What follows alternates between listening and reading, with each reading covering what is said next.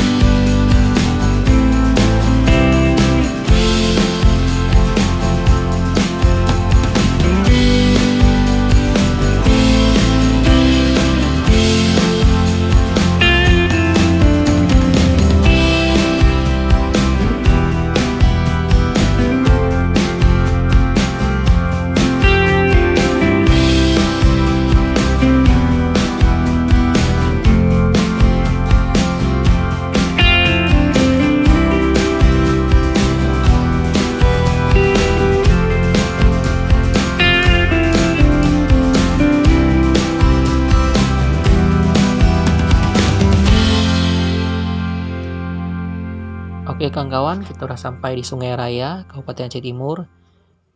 Ini Sungai Raya ini merupakan satu kecamatan yang berada di Kabupaten Aceh Timur.